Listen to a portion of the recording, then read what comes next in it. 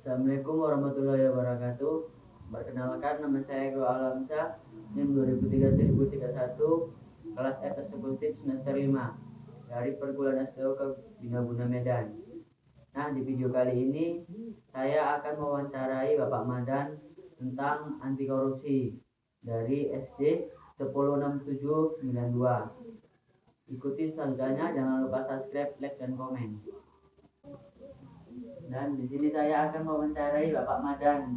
Bapak Madan ini juga alumni STOK Bina Guna Medan. Yang pertama itu, bagaimana sih Pak pendapat Bapak itu tentang korupsi di Indonesia? Ya, pendapat saya kalau mengenai korupsi di Indonesia itu berkembang secara sistematik.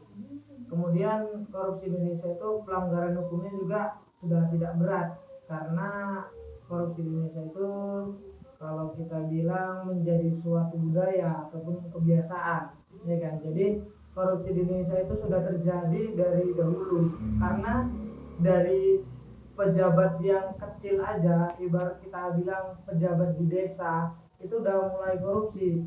Nah, jadi udah dari yang bawah aja udah korupsi, gimana lagi yang atas. Nah, jadi kalau menurut saya korupsi di Indonesia itu harus ada pelanggaran hukum yang berat, karena selama ini korupsi di Indonesia itu banyak seorang pejabat-pejabat yang sudah dihukum akibat tindakan korupsinya bisa pergi entah kemana-mana. Contohnya saja dulu si Gayus Tambunan, iya kan, dia tersangka pidana korupsi tetapi dia bisa jalan-jalan pergi entah kemana aja. Jadi kalau menurut saya korupsi di Indonesia itu tidak tegas, nah hukumannya kurang berat. Kalau menurut saya, saran saya ya, korupsi di Indonesia itu hukumannya harus kita pakai hukuman seperti di Arab Saudi.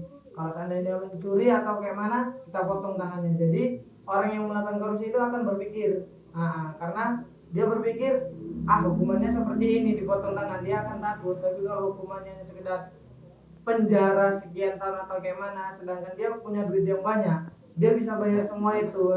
Dia bisa pergi entah kemana aja. Mungkin itu aja pendapat dari saya. Yang kedua itu Pak, bagaimana sih tanggapan Bapak tentang korupsi di bidang olahraga di Indonesia?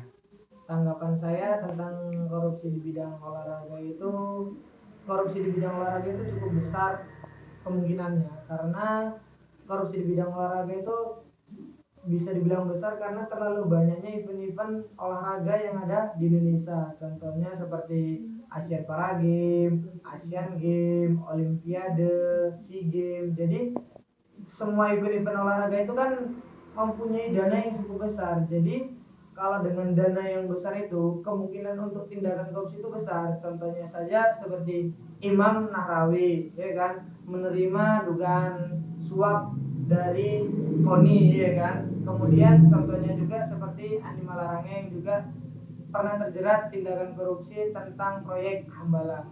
Karena ya kita bilang di olahraga ini banyak untuk tempat korupsi, karena event-event olahraga tadilah yang membuat semua Kemenpora ataupun pejabat terkait yang di bidang olahraga itu ingin mengambil dana yang seharusnya tidak mereka ambil. Jadi kalau dibilang korupsi di bidang olahraga itu cukup besar potensinya, karena event-event olahraga yang mempunyai dana yang cukup besar.